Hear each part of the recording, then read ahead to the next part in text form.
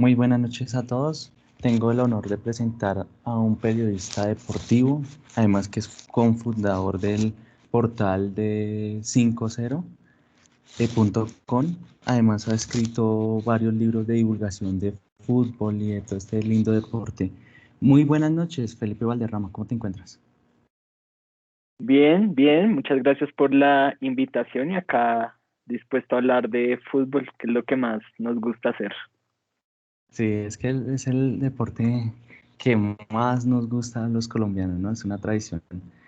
Para abordar un poquito el tema, que es lo que nos reunimos hoy de la Selección Colombia y todo este tema de las participaciones internacionales, cuéntame cuál fue la primera participación internacional oficial de la Selección Colombia y de qué trató.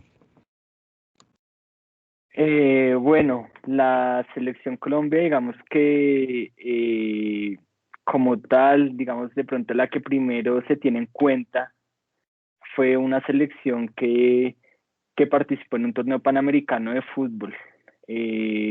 Esto se hizo en el Pascual Guerrero, Panamá. justamente para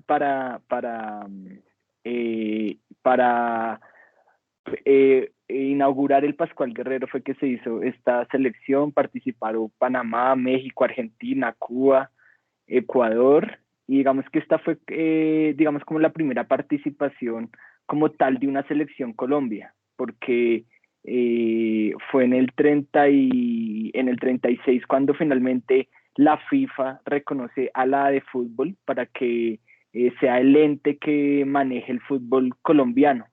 Ya pues el fútbol colombiano tenía anteriormente bueno, desde finales del siglo XIX incluso se había jugado un partido en Bogotá en la escuela de caballería, un partido obviamente muy informal, ni siquiera era en una cancha, sino con un partido muy de recoche, simplemente en un potrero, donde un general inglés quiso hacer un partido de fútbol, ya se había jugado en Medellín, bueno, Santa Marta y Barranquilla, que discuten por dónde llegó primero el fútbol, la gran discusión que tienen ellos, incluso hay una versión que el fútbol entró fue por Pasto, bueno, estas son cosas que son muy difíciles de saber, de pronto entró al mismo tiempo o sin mucha diferencia, y Barranquilla ya sí se constituyó como el sitio donde eh, digamos que se organizó de cierta manera el fútbol. Entonces esta selección de los panamericanos, digamos que fue la primera como tal de selección Colombia en el año 37.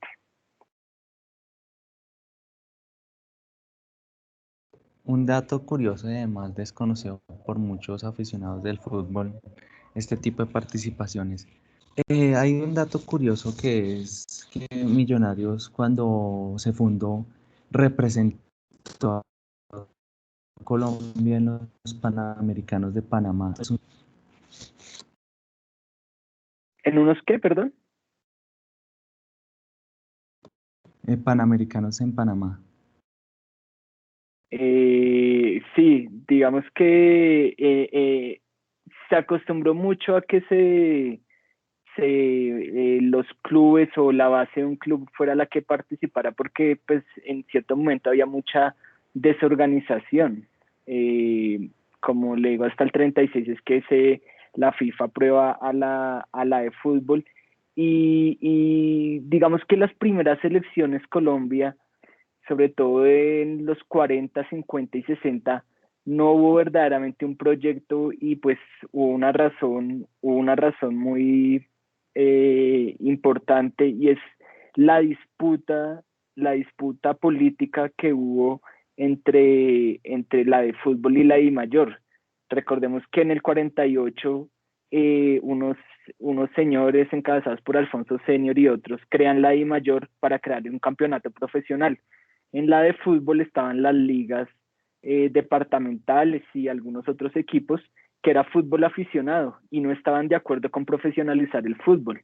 Entonces esta disputa desde el 48 hasta el 60 y pico era un tire y afloje porque entonces los jugadores bueno, para ponerle orden, en el 49, por ejemplo, ya cuando se cumplió el segundo campeonato, Colombia iba a participar en la Copa América, que en ese momento se llamaba Campeonato Sudamericano, y la de fútbol iba a mandar un equipo, pero la I mayor no le prestaba a los jugadores, porque pues ya los jugadores hacían parte del torneo de la I mayor.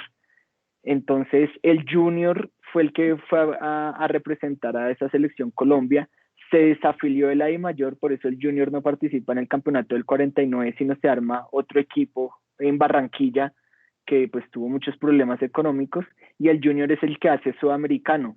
Como Colombia era un torneo pirata, por lo que se llamó el Dorado, digamos que no hubo selecciones Colombia para la disputa de las eliminatorias del 54 ni del 58. Luego ya la primera gran selección, que es la que clasifica al Mundial, es del 62, pero todo el tiempo había esa disputa legal. Incluso para el 66 también hubo un problema con los jugadores, porque otra vez está el conflicto, la de fútbol con la I mayor. La I mayor quería que la FIFA los reconociera a ellos como el ente encargado del fútbol colombiano, pero la FIFA decía que el que tenía el reconocimiento era la de fútbol, la A de fútbol. Entonces, para que los jugadores que jugaban en el torneo I mayor fueran a representar la selección Colombia, eso era un problema, que le pidieran permiso, y por eso, por ejemplo, a la eliminatoria del 66 prácticamente quedan jugadores aficionados, no se prestan jugadores profesionales. Entonces, por eso, si hablamos de la selección Colombia entre el 30 y el 66 o 70 incluso, con excepción de lo que fue pues la que clasificó al primer mundial, era una disputa política, que es lo que siempre ha pasado acá en el fútbol colombiano, ¿no? Las disputas políticas interfieren mucho en el desarrollo deportivo de las selecciones Colombia. Sin duda alguna, lo que tú expresas es muy cierto, porque la selección Colombia y todas estas disputas políticas y de que no dejan avanzar el deporte, ¿no? En esta época que tú mencionas del Pascual Guerrero y la representación del Junior y todo este equipo, ¿hay jugadores destacados, figuras que marcaron la diferencia? Bueno, jugadores así reconocidos, pues el Flaco Meléndez, digamos que es el jugador pues que por eso se llama, digamos, el estadio de Barranquilla. El Flaco Meléndez, digamos que era la insignia de Colombia en estos primeros tiempos, incluso ese fue el primer jugador que se marchó al exterior, fue a jugar un equipo de Cuba. Entonces, para hablar de esa prehistoria, pues llamarlo así, de Selecciones Colombia, pues indudablemente hay que hablar del Flaco Meléndez y de Romelio Martínez también, que pues son obviamente los que llevan nombre estadios en Colombia. Pero digamos que pues no hay demasiada información de esta época, ¿no? Es difícil encontrar información, y además la memoria a veces no da para tanto de lo que uno lee e investiga. Claro, no te entiendo perfectamente porque de hecho yo también he hecho mi tarea de investigar y no he encontrado mucha información al respecto. Bueno, tú mencionaste un dato curioso que es la clasificación al primer mundial, que es en 1962 en Chile. Cuéntanos un poco cómo fue la representación en Colombia y cómo llegó allá, cómo alcanzó, qué tuvo que hacer para estar presente en ese mundial y cómo le fue en el transcurso del mundial a la selección Colombia. Sí, bueno, ahí llegó el maestro Pernera a dirigir a la selección Colombia. Pernera venía de ser subcampeón con el América de Cali, que era un gran logro porque pues el América de Cali no, digamos, el América de Cali pues no era uno de los equipos grandes de Colombia en ese momento, ¿no? Le costó muchos años ganar títulos. Entonces esta selección Colombia dirigida por el maestro Pernera, pues hubo varias curiosidades, ¿no? Por ejemplo, que una leyenda dice que esa selección jugó de azul, blanco, porque el maestro Pernera quería homenajear a Millonarios, pues que era el equipo donde pues él había triunfado como jugador y técnico anteriormente. Eh, digamos que esta selección ya tenía una serie de jugadores importantes, bastante importantes ya para Colombia. La eliminatoria básicamente fue dos partidos. En esa época no era todos contra todos, sino por supuesto Brasil ya tenía su cupo porque había sido el campeón del mundial pasado, del mundial del 58, y el resto se hacía por grupos, entonces a Colombia simplemente le correspondió jugar un ida y vuelta con Perú, donde acá ganó en el Campín con gol de el Zipa González, y allá en Perú se empató 1-1. Hizo gol el Cucaseros y incluso Colombia erró un penal que pudo haberle dado más tranquilidad. Por supuesto, fue un hecho histórico. eh, bueno, hay muchas cosas sociales al respecto de este tema porque ya se empezaba a hablar fue una alegría muy grande porque ya Colombia venía, digamos, a nivel social de toda la etapa de la violencia entre partidos, ya empezaban a surgir ciertos grupos subversivos, todavía no tanto, pero ya se comenzaba, digamos, a hablar de esto. Entonces creo que fue un tema muy importante esta clasificación al mundial. A decir verdad, pues no había tampoco no había una gran afición como tal al fútbol. El maestro Pernera cuentan que preparó esta selección Colombia allá en la escuela de caballería, con un régimen casi militar, donde bañarse con agua fría, levantarse a las 5 de la mañana. Es una de las leyendas, ¿no? Porque hay jugadores que dicen que no recuerdan que hubiera sido tan así, otros dicen que sí. Hay muchos textos y la memoria a veces es corta y no se sabe quién dice la verdad, pero uno para añadirle más condimento, pues uno sí, digamos que habla de esto. Eh, eh, ¿Qué más se puede decir de eso? Colombia pues obviamente va a Arica, a Chile, y también hay bastantes curiosidades allá. Los jugadores recibían muy poco dinero por ir allí. Dicen que el presidente Lleras era tan ignorante en cuanto al fútbol que cuando los despide le dice ojalá que hagan muchas canastas. Es decir, es otro cuento chistoso que hay ahí con el presidente de Colombia. Y allá en Arica incluso hay jugadores que, como no habían muchos viáticos, hay jugadores que cuentan que les propusieron hacer comerciales, como de una crema de dientes o cosas así, para ganarse sus pesitos de más, porque en realidad pues no es nada comparado hoy donde los jugadores son rockstars, figuras intocables, millonarios. No, esto obviamente era otra época. El partido contra Uruguay, el primero, donde sale lesionado los uruguayos sucios, sale lesionado el Cobo Zuluaga, sale lesionado Delio Maravilla Gamboa. El primer gol de Colombia en un mundial pues lo hace el Cobo Zuluaga de penal. Y bueno, luego viene lo del 4-4, uno de los partidos más importantes en la historia de Colombia, hacerle el gol olímpico a la Araña Negra, que se fue muy molesto. Después de ese gol le pegó una patada a su defensa, recordando el gol pues que lo hemos visto muchas veces, el gol de Marcos Col, que es un tiro de esquina incluso mal cobrado, lento al primer palo, tan mal cobrado que el defensa pues la deja pasar pensando que el arquero la va a tocar y se le entra.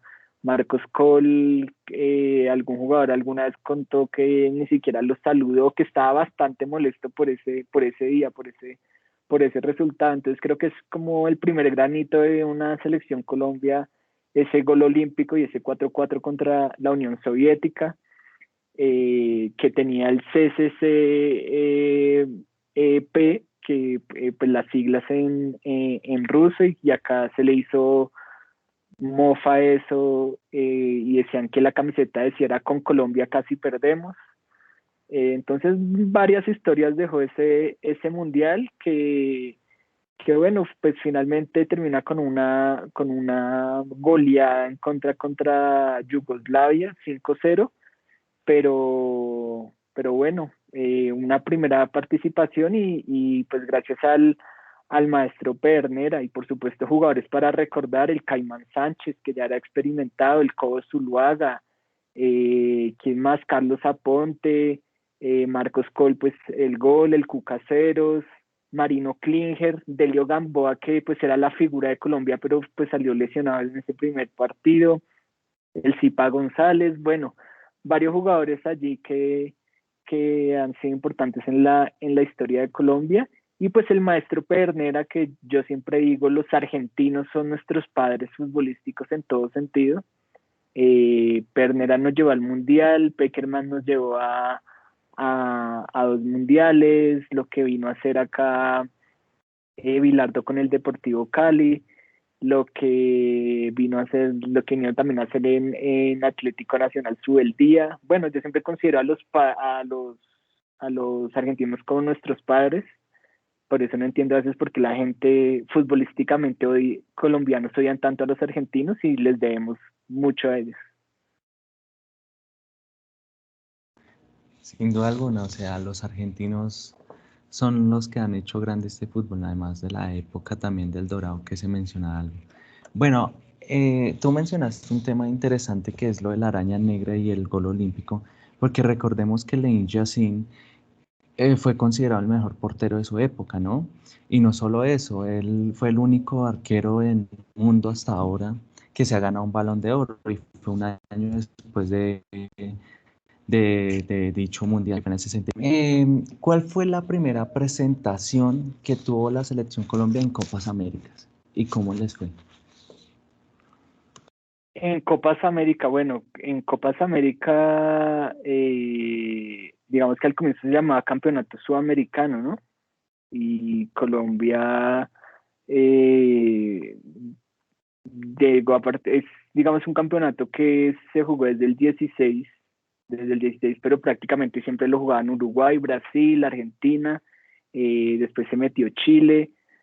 Colombia fue uno de los últimos países ¿en qué? En participar en la Copa América. Esto fue pues ya sobre la década del 40, pero pues por supuesto todo fue, pues no fue una buena participación la de la selección colombiana en estas primeras Copas América. Lo que más se resalta de la Copa América fue cuando se llevan al Caimán Sánchez, que lo ven en un sudamericano de estos, para ponerle el nombre que era, porque se llamaban campeonatos sudamericanos.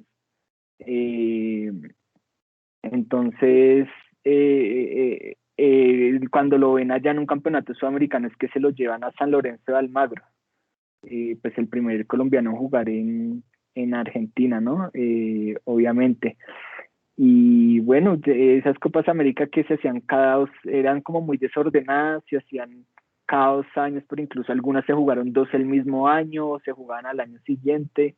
Entonces, pues no había mayor relevancia en esos campeonatos sudamericanos que se llamaban así, donde jugaban todos contra todos, pero Colombia sufrió varias goleadas en esos campeonatos. Ahorita no se me viene a la memoria así el dato, pero sí sufrió varias goleadas contra Argentina, una muy importante.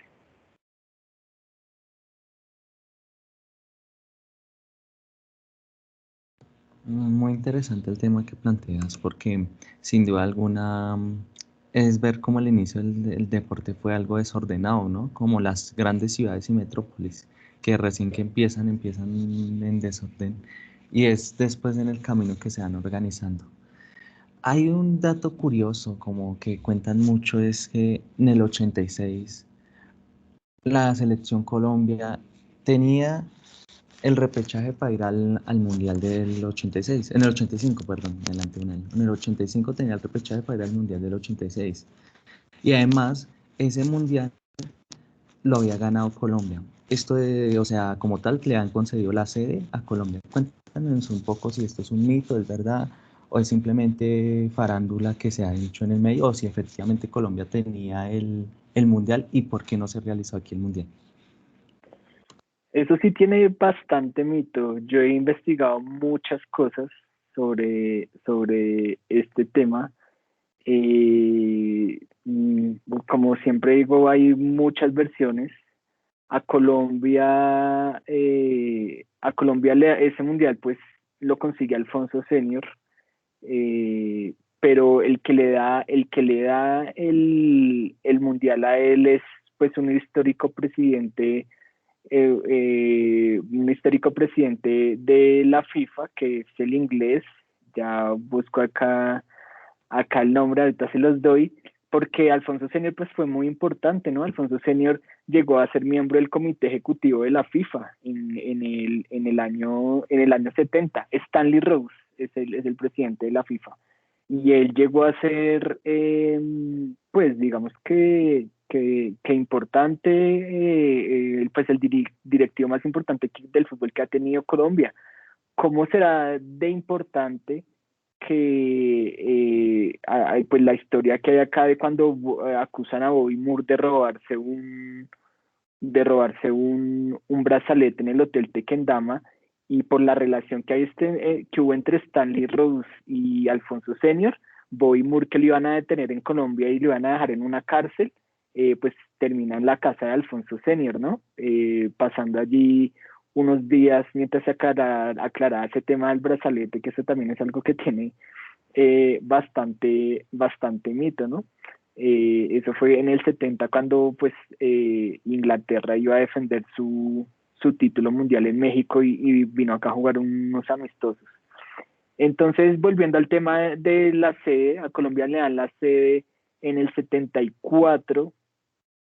En el 74 es cuando a Colombia le dicen que va a ser la sede del Mundial del 86, sobre esa época. Incluso en el Mundial del 82, cuando es la final entre Italia y Alemania en el Santiago Bernabéu, había un letrero que decía: nos vemos en Colombia 1986.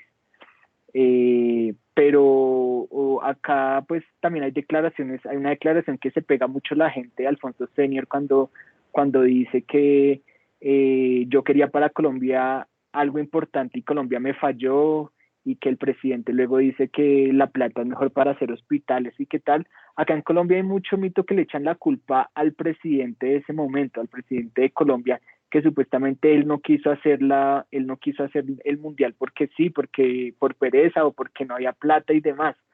Pero recordemos que Joao Belange es el que luego llega a la presidencia. Sabemos lo nefasto que fue Joao Belange, de corrupción, de todo. Y según mi percepción, esto sí es percepción mía, lo que he investigado, a Colombia le pidieron cosas absurdas le pidieron para ese mundial. 2 estadios con capacidad para 80.000 personas, 4 para 60.000 y 12 estadios para 40.000 personas. Eso ni siquiera se pide ahorita, es decir, 6 más 12, 18 estadios de más de 40.000 personas. Eso es ilógico. Congelar las tarifas hoteleras, bueno, eso digamos que se pide casi siempre. Los aeropuertos pidieron carros blindados de una marca y que tenían que ser traídos de no sé qué lado. Y el presidente Belisario Betancourt, según lo que yo investigo, incluso él propone hacer una especie de proyecto entre la empresa privada y el gobierno para poder llegar a cumplir con esto. Y Joao Belange le dijo que no. Yo veo más que, aparte de la incompetencia de Colombia, pues en todos los aspectos, y falta de infraestructura que siempre ha habido y que aún existe, yo sí creo que hubo mucho boicot de Joao Belange de no querer hacer el mundial en Colombia. Él no quería que se hiciera el mundial en Colombia, según lo que yo he investigado. Él quería llevarlo incluso rápidamente también a Estados Unidos, por eso pues después lo hacen en el 94 allá. Pero sí creo que acá le han dado muy duro a Colombia como país, y poco se ha fijado el hecho de Joao Belange, dirigente corrupto. Ya con el FIFA Gate se destapó todo lo que hizo él en esos años, y yo creo que Avalanche también quiso boicotear esa candidatura que había ganado Alfonso Senior con Stanley Rose, el antiguo presidente de la FIFA. Interesante perspectiva, porque sin duda alguna cuando uno lee este tema, que siempre toda la culpa se la lleva el presidente de turno, ¿no? Y ya entrando en contexto, como tú lo mencionabas, vemos que no solo fue más decisión de la FIFA querer, o sea, la en cabeza del que tú mencionas, fue el que no quiso este acontecimiento. Bueno, una vez que Colombia ya no es la sede, por ende le toca ir a repechaje. ¿Qué pasó en este evento? Porque recordemos que el técnico era el médico Gabriel Ochoa Uribe, es que se llama. Este director técnico que además tiene el título, ostenta de ser el técnico más ganador que más del torneo, de torneos locales nacionales. Em, ¿Qué fue lo que pasó ahí? Porque él era también técnico del América al momento, ¿no? Y disputado finales prácticamente, una de repechaje y otra con el América. Cuéntanos un poco sobre este tema. Sí, para poner en contexto, anteriormente los técnicos llegaban, no es como hoy que el técnico pues lo nombran y trabaja todo el año. Anteriormente hay Copa América, entonces se nombraba el técnico un tiempo antes y el técnico incluso podía ser, como usted lo dice, técnico de un club y no había problema, podía combinar su trabajo, ¿no? Entonces, digamos que en esa no se utilizaba así un proyecto como tal de ahora que la elección del técnico es, mejor dicho, un acontecimiento y tiene que tener un proyecto y se firma por tantos años, por 4 años, por 6 años, por lo que sea, sino era totalmente diferente. Había Copa América, se nombraba un técnico, había eliminatorias, se nombraba un técnico ahí, el que estuviera ahí dispuesto y más o menos le estuviera yendo bien. Entonces, no existía así esos proyectos como tal de Selección Colombia. Gabriel Ochoa Uribe pues ya había dirigido la Selección Colombia anteriormente, pero pues era difícil jugar amistosos. La ventaja sí, claro, es que la mayoría de los jugadores estaban en Colombia, o todos los jugadores estaban en Colombia y los enfrentaba cada 8 días y era más fácil reunirlos. Y las eliminatorias también duraban, digamos que se jugaban todos los partidos de una. Esa para el 86 se jugó entre mayo y junio. Colombia estuvo en el grupo con Argentina, Perú y Venezuela, quedó tercero y tuvo que disputar el repechaje contra Paraguay, pero Paraguay ganó allá 3-0 y acá en el Pascual Guerrero, recordemos que pues Colombia era dirigida por Ochoa Uribe, que era técnico de la América, se eligió el Pascual Guerrero y bueno, Colombia ganó 2-1, pero por supuesto no le alcanzó. Pero hay cosas interesantes de esta eliminatoria. Uno, que tapó Navarro Montoya, ¿no? El arquero argentino que por tapar esos 2, 3 partidos con la selección Colombia, porque creo que se lesionó al Sape, si no estoy mal, creo que se lesionó Sape y por eso llaman a Navarro Montoya, que era hijo de un arquero que tapó en Nacional y había nacido en Medellín. Y entonces, y también estuvo en Santa Fe, entonces lo llaman a tapar y por esos 2, 3 partidos es que Navarro Montoya nunca puede tapar en la selección argentina y es algo que él luchó y luchó en la FIFA y luchó y luchó en la FIFA y jamás le permitieron tapar en Argentina porque pues lo hizo con Colombia y pues la FIFA es muy estricta en ese tema. Otra curiosidad, que Colombia por primera vez se juega con camiseta amarilla. Los uniformes de Colombia han sido blancos, azul, como ya habían mencionado ahorita, naranja. Bueno, había tenido varios uniformes la selección Colombia, pero casualmente, pues también hay varias versiones, ¿no? Pero para esa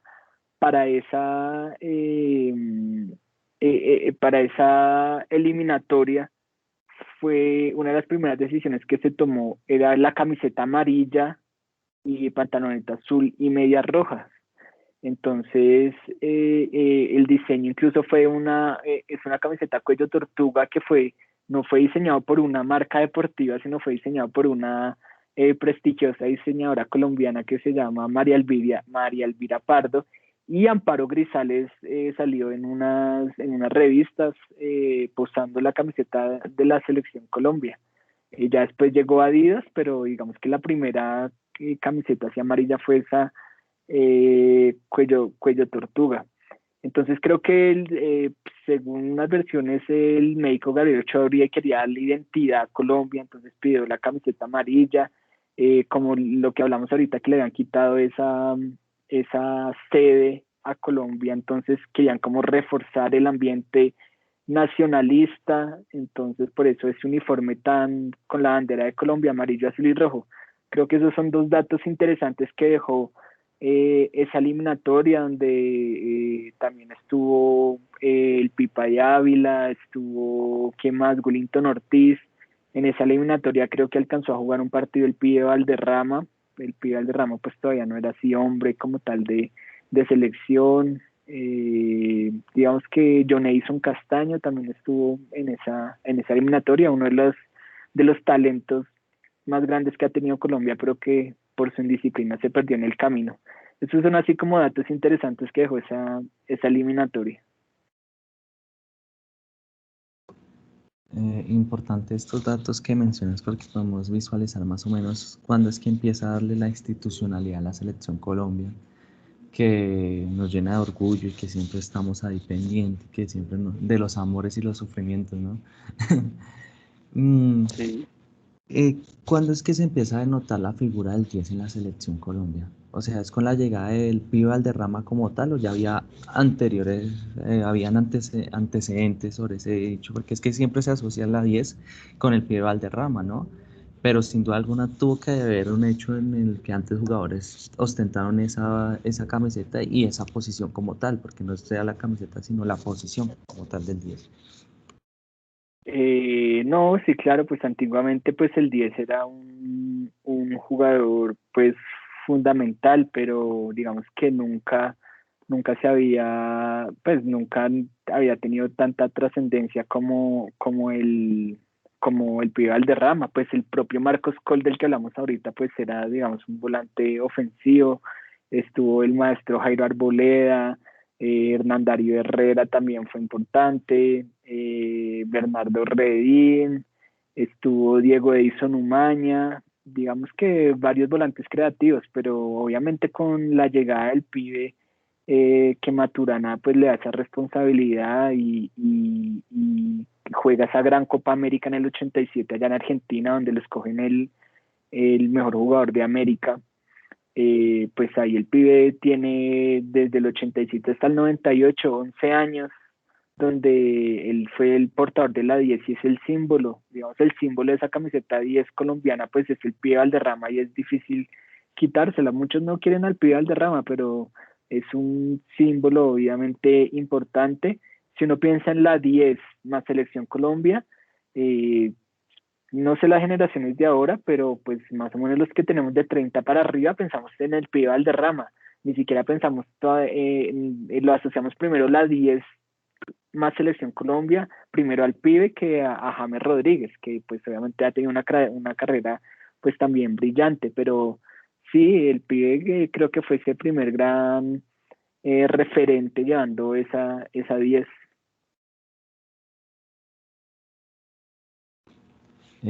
Después del Pibe Valderrama desapareció un poco la posición del 10 en la selección, ¿no? Y en el fútbol como tal, uno ve que ya el 10 no es el hombre referente. ¿Por qué ha ocurrido esto? ¿Cuál es la trascendencia? ¿Es que el fútbol ha cambiado? Pues obviamente sí, pero ¿en qué forma?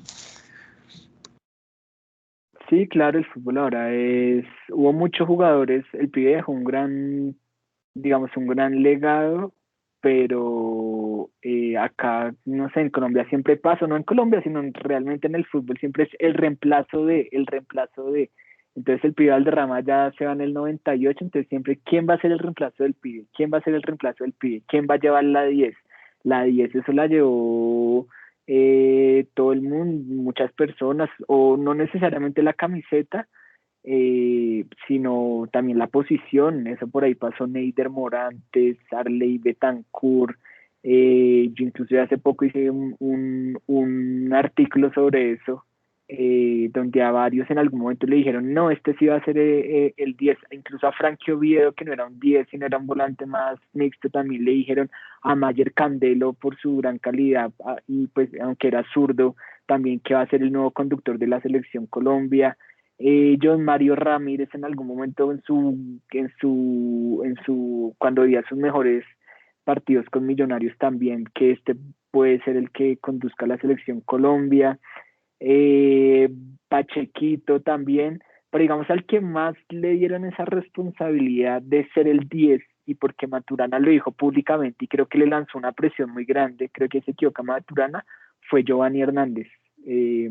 Maturana decía públicamente que él es el elegido, que incluso tenía más virtudes que el pibe.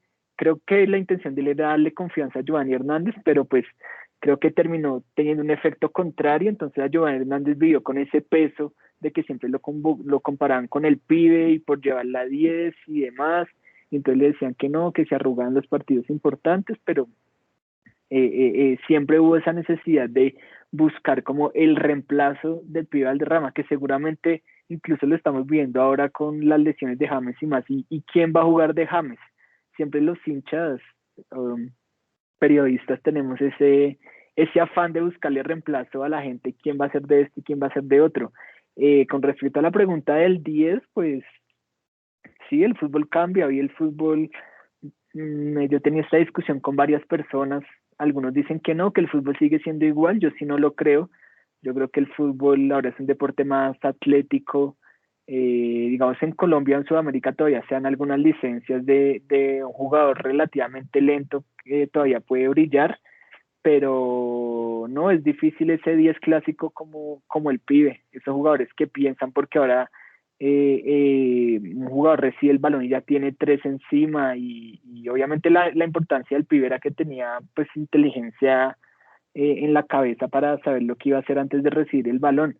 Pero sí, poco a poco se ha ido apagando ese jugador, creo que se ha ido reinventando, no quiere decir que esos jugadores calidosos van a desaparecer, no, nunca, porque siempre van a marcar la diferencia, pero de pronto no parados en la mitad de la cancha y recibiendo tan cómodos, sino tirándose de pronto a un costado, es un jugador de pronto un poco más rápido, que tiene que tener un cambio de ritmo, como Juan Fernando Quintero, que pues tiene un cambio de ritmo importante, o James cuando está bien también tiene un cambio de ritmo, que digamos el pibe no, pues no lo tenía, el pibe pisaba la pelota y qué tal, pero no tenía digamos ese cambio de ritmo. Cada vez el jugador tiene que ser más complemento, si tiene una gran calidad, igual tiene que ser atlético, tiene que tener masa muscular, tiene que tener cierta velocidad o altura. Esa fue, digamos, algo que Riquelme tenía, porque Riquelme, todos le destacamos su calidad, pero es que Riquelme era un jugador, digamos, alto. Para jugar de 10 pues, digamos, tenía lomo, era un jugador relativamente alto, porque casi siempre el 10 era como flaquito, pequeño, pero ya si el jugador es Pío Valderrama, Riquelme va a ser difícil verlos. Pues lo vimos esta semana, el jugador del futuro es Mbappé, los jugadores del futuro es Mbappé, un atleta, pero que tiene también una calidad, uno que corre los 100 metros en 10 11 segundos, pero también tira caños, también hace tacos. Ese es, digamos, el jugador del futuro, creo yo. Impresionante lo que mencionas sobre el atletismo y vemos todo este, que los mayores jugadores que son más exitosos actualmente también tienen una disciplina, hasta gimnasta han practicado. El primer jugador que yo vi así de tipo que practicó hasta gimnasia fue Hugo Blanco, el que hacía chilenas en el Real Madrid, el mexicano. Hugo Es Sánchez, interesante sí. esto que plantea. Hugo Sánchez, perdón, discúlpame, Sí. un lapsus. Yo sí te decía, algo estoy diciendo mal porque me estás mirando raro. Oiga, Hugo Blanco, ¿quién era? Hugo Blanco es un cantante venezolano de música, un artista, porque me creen cantante. Bueno, ya entrando un poco a este tema, que entramos a lo del 10, lo del cuidado del derrama, hay algo que siempre a los colombianos nos duele. El Mundial del 94, uno decía, podíamos haber sido campeones. ¿Es cierto? ¿O es un mito? ¿Qué pasó ahí? ¿Qué pasó en esto? Porque goleamos a una de las mejores selecciones del mundo y después, y de local además, algo histórico, pero después llegó al Mundial y no se hizo nada. ¿Qué pasó ahí? ¿Qué has logrado tú investigar en ese tema? Bueno, pues junto con Mauricio Silva escribimos el libro del 5-0 y por eso mi portal se llama así. Mucha gente me critica porque dice, ay, el 5-0 es que ustedes siguen celebrando eso y asumen eso sin saber la realidad. Yo considero que de septiembre 5 de 1993, cuando fue el 5-0, hasta julio del 94, cuando matan a Andrés Escobar, se ve la realidad de Colombia a todo nivel social, o mejor dicho, en esos años, pero creo que sigue vigente a nivel social, a nivel, mejor dicho, en esos meses pasó absolutamente de todo que nos refleja como sociedad. Por eso yo creo que el 5-0 es el partido que nos refleja a todos, en lo bueno y en lo malo, en lo bueno y en lo malo, en las dos cosas. Digamos que ese fue el punto más alto de ese proceso que inició en el 87 con esa Copa América que nombramos ahorita, con esa clasificación al 90, donde se hizo un buen mundial y Colombia se reconoció en el mundo como el toque-toque y demás, y los jugadores de esa categoría. Y en el 93, ese 5 de septiembre, como que tocó techo, jugando no un fútbol bonito. Mucha gente, creo que Mauricio y yo somos una de las personas que más nos hemos visto ese partido. Hay gente que, incluso los mismos jugadores cometen errores, porque muchos dicen que Córdoba fue figura y que si no fuera por él, Córdoba fue figura en el 2-0, cuando Colombia ya va ganando 2-0. El primer tiempo fue aburridísimo, incluso la más clara la tiene el Tren Valencia y una de Batistuta ahí que la puntea, pero no es más. Al comienzo del segundo tiempo, cuando hace el segundo el Tino, ahí es que Córdoba tiene sus momentos espectaculares, entre más o menos con el minuto 6 del segundo tiempo y el 20, y le tapa de toda Batistuta, el Beto Acosta, a todo el mundo, pero ya iba 2-0. Ay, no sé por qué los jugadores a veces se confunden y piensan que Córdoba fue figura en el primer tiempo en el 0-0. Incluso el propio Maturana. Había una confusión ahí también de muchos hinchas.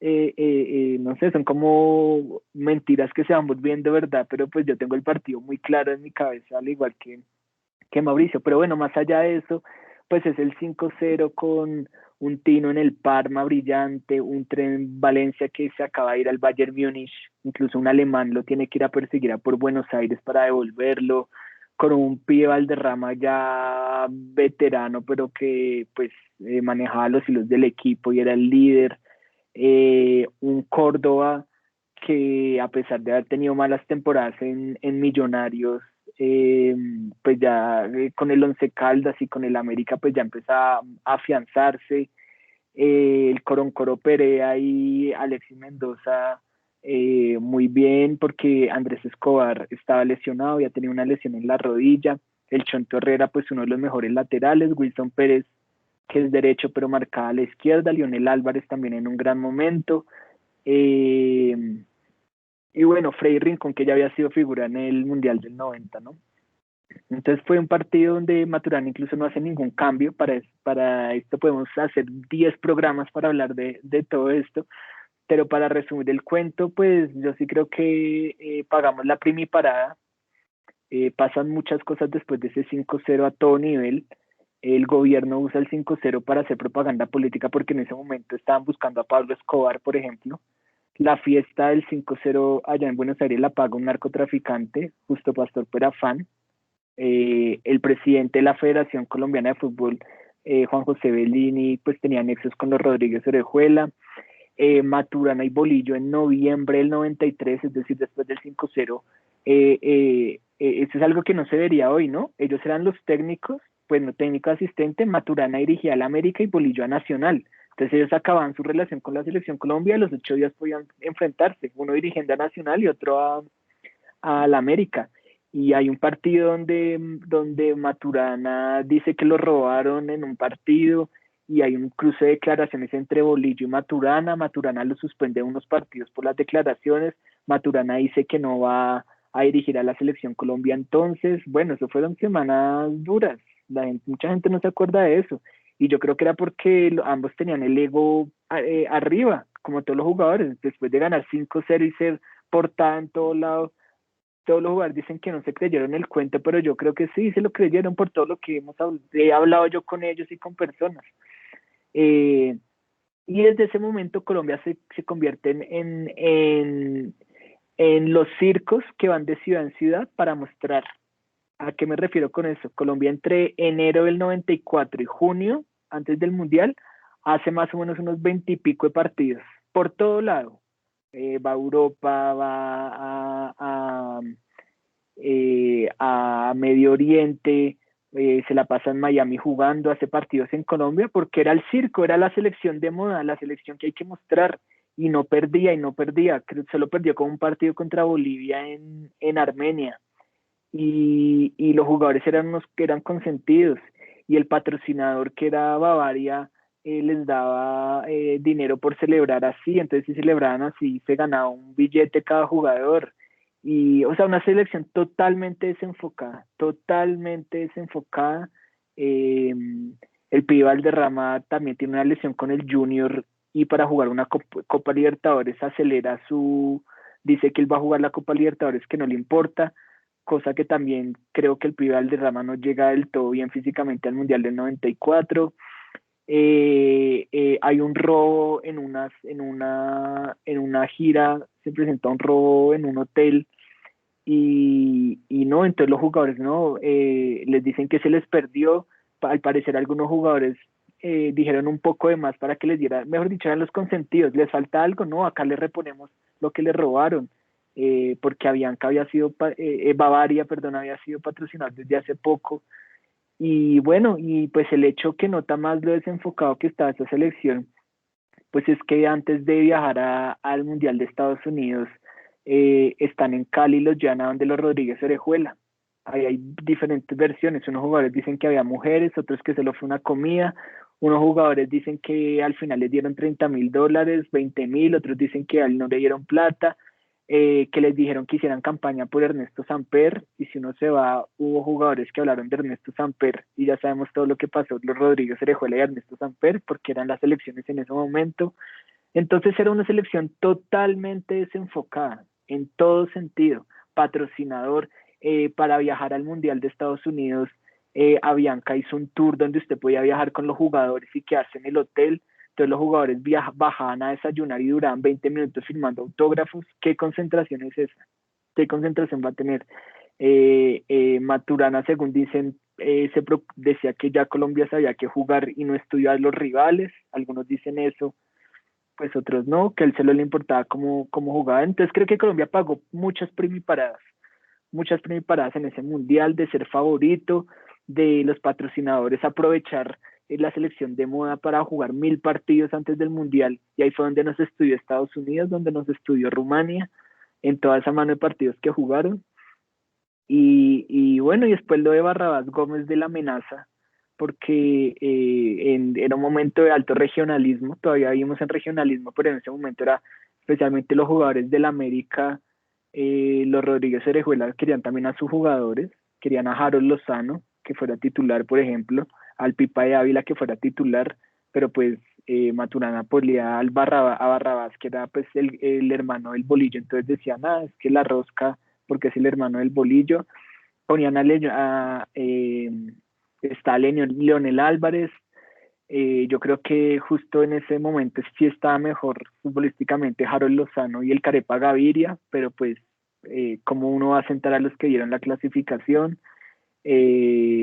Bueno, y lo de que llega la amenaza en el cuarto del hotel, en un televisor, hay un letrero donde se dejaban mensajes, y donde le dicen que si ponen a Barrabás los van a matar. Y entonces y usted cómo se concentra luego de una amenaza. Barrabás dice que juega, le dicen que no, que mejor no juegue, que tienen a su familia amenazada. Bueno, mejor dicho, todo se hizo mal para ese mundial, todo se hizo mal, absolutamente todo. Y Colombia se creyó el cuento, que creía que podía clasificar, aunque eso sí, el partido contra Rumania pues tampoco entró la pelota, ¿no? También hubo mala suerte de todo tipo. El partido contra Estados Unidos, eh, el autogol de Andrés Escobar. Se me olvidó un detalle: cuando Colombia gana 5-0, a los 2 días de llegar al Chonto Herrera le secuestran el hijo, porque decían que habían ganado mucha plata. Y Guita no está ni en el 5-0 ni en el Mundial, porque está en la cárcel por mediar en un secuestro. A Pablo Escobar lo matan en diciembre del 93, entonces más celebración. Uy, acabamos de ganar 5-0 y aparte ya matamos a Pablo Escobar, se va a acabar el narcotráfico. Y bueno, y todo concluye con la lamentable muerte de Andrés Escobar. Por eso digo que ese septiembre del 5 del 93 hasta julio del 94 refleja todo, refleja muchas cosas de lo que somos de sociedad: secuestro, narcotráfico, uno en la cárcel, folclorismo, favoritismo, de todo pasó en eso, que uno podría hacer 1.000 programas, como le digo, contando muchos detalles que se quedan por fuera. Sin duda alguna, y vale la pena hablar de este tema porque vemos que no es solo fútbol, que son muchos hechos, muchas circunstancias y factores como el del narcotráfico, la violencia, el clientelismo, todo esto es lo que ha pasado y vemos las consecuencias de ese nefasto mundial. Y que cobró peor, porque el fútbol pasa, pero la vida de los humanos no. Y eso fue el problema que pasó con Andrés Escobar. Ese es otro mito, ¿no? ¿Hay algo de investigación sobre ese tema? ¿Qué ocurrió con la muerte de Andrés Escobar? Bueno, pues ahí está lo de, pues la versión es la de los hermanos Gallón Henao. Varios jugadores después del Mundial prefirieron quedarse en Estados Unidos. Andrés Escobar, pues, sí se vuelve con otros y parece que a ellos les habían advertido que no salieran. Y Andrés Escobar, pues, sale una noche ahí cerca de Medellín, pues, de fiesta y en el parqueadero parece que le recriminan eh, lo del autogol y el escolta de estos gallonenados, pues que eran unos personajes ahí oscuros, pues termina disparándole a Andrés Escobar, digamos que esa es como la versión pues que más ha cobrado sentido, uno no sabe que había, si había otras cosas detrás, pero pues ya matar a un futbolista y se está jugando pleno mundial todavía, ¿no? Las siguientes rondas hubo muchos mensajes en las tribunas en Estados Unidos donde pedían por la paz de Colombia, donde le mandaban mensajes a Andrés Escobar, pero creo que ahí murió, pues, no sé, como que Colombia entró en shock, aunque digamos que acá las muertes, realmente el duelo es poco, ¿no? Se hace una semana de gran tragedia y sufrimiento y a la semana, como somos un país acostumbrados a la violencia, creo yo, entonces ya pues pasa, pero creo que eso de la Copa América del 87 hasta el asesinato de Andrés Escobar, pues fue como todo un proceso que hizo pues Maturana y el Bolillo Gómez que claramente le ayudó mucho a Colombia y también pagó muchas primiparadas de inexperiencia de Maturana, de los jugadores y demás. Si no hubiera existido esa primiparada de ser favorito, se dice en primera ronda, gracias a esas primiparadas, gracias a esos fracasos, pero pues que de cierto modo se aprende, algunos aprenden y otros no, los periodistas regionalistas en ese momento también muy duro, los periodistas podían entrar al cuarto de los jugadores, eso es algo que sería ahorita impensable, incluso algunos entraban a tomar con los jugadores, a muchos se les olvida eso, ¿no? Por eso es que muchos no quieren cuando un técnico llega y les cierra las puertas, a algunos periodistas de vieja data les incomoda eso porque estuvieron toda la vida acostumbrados a hablar con el técnico cuando quisieran, a meterse al cuarto de los jugadores, a hacer lo que a estar en el hotel concentrado con los jugadores. Entonces por eso a algunos les molesta estilo Peckerman y ya lo que maneja todo el mundo de cerrar las puertas, ¿no? Pero sí, eso de Andrés Escobar, por supuesto, un golpe duro, pero que también es otro símbolo de lo que era el fútbol colombiano. Fútbol más narcotráfico, más apuestas, podría ser, o quién sabe qué.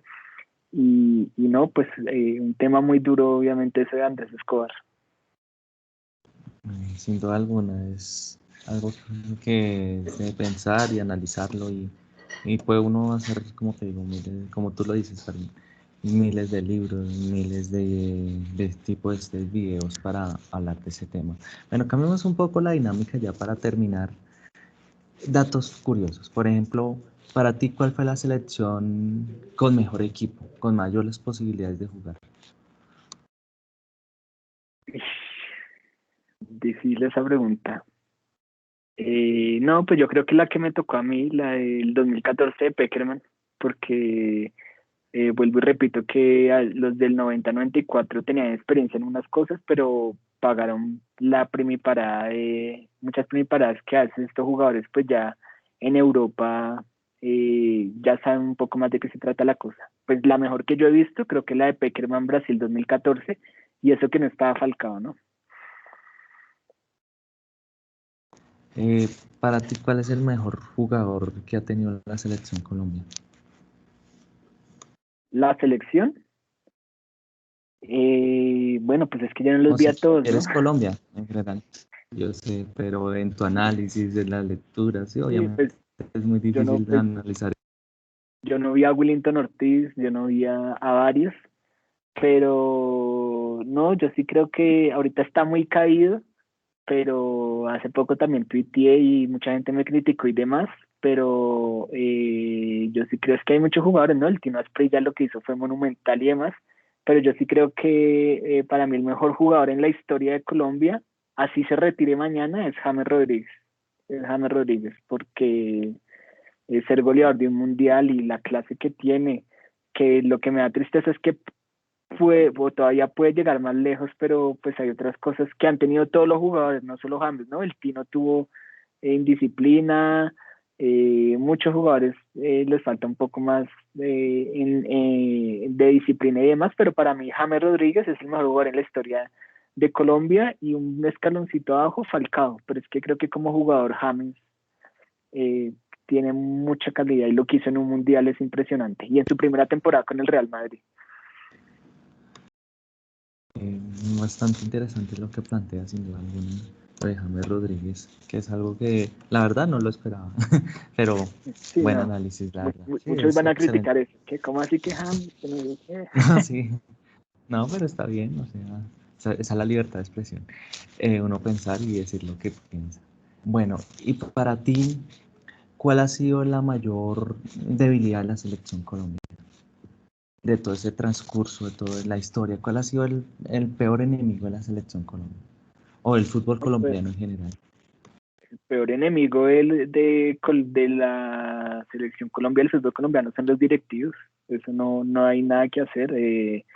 Los directivos o sea, desde que empezamos hablando del 48 y eso ya habían agarrados por disputas políticas y mandaban selecciones, algunas no competitivas por no prestar a los jugadores y que quién representa a la FIFA y quién no, y quién esto y quién lo otro. Si uno se pone a ver la cantidad de directivos del fútbol colombiano que estuvieron involucrados con narcotráfico, que fueron asesinados por también temas de narcotráfico, que terminaron en la cárcel. Solo hagamos un balance rápidamente. Juan José Bellini terminó en la cárcel por dinero con los Rodríguez Orejuela. Luego vino Álvaro Fina.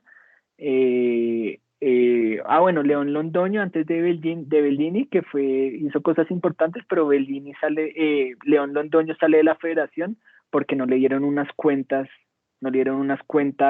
del Mundial del 90 y le hicieron un seguimiento al dinero y como que no apareció, entonces tuvo que renunciar. Luego sigue Bellini en la cárcel por su relación con los Rodríguez Orejuela. Luego sigue Álvaro Fina, se embolataron unas boletas del Mundial de Francia y luego en la Copa América del 2001 le ponen una sanción de Coldeportes por unos contratos extraños que hizo ahí de publicidad.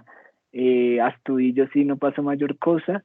Y luego viene Bedoya, que ya sabemos lo que está haciendo en Estados Unidos por el FIFA Gate. Y ahorita Ramón Yesurum, que está investigado por el tema de boletería y ya tuvo que pagar una multa. Entonces, sin duda alguna, el peor enemigo son los directivos del fútbol colombiano. Una frase que dice Juan Carlos Osorio es: Colombia saca jugadores no gracias a sus directivos, sino a pesar de sus directivos sigue teniendo fútbol. A pesar de los directivos sigue teniendo medio fútbol y una selección competitiva.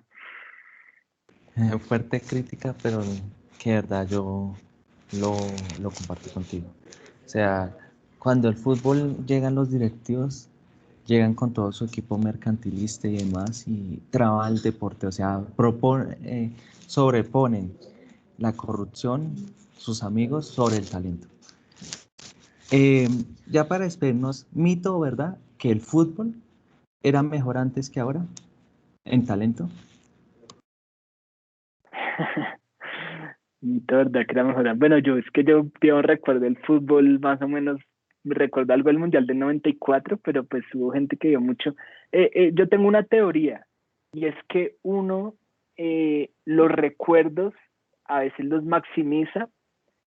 Entonces, pues no sé si está bien dicho, pero lo recuerdo es como que lo que uno añora del pasado siempre lo ve mejor.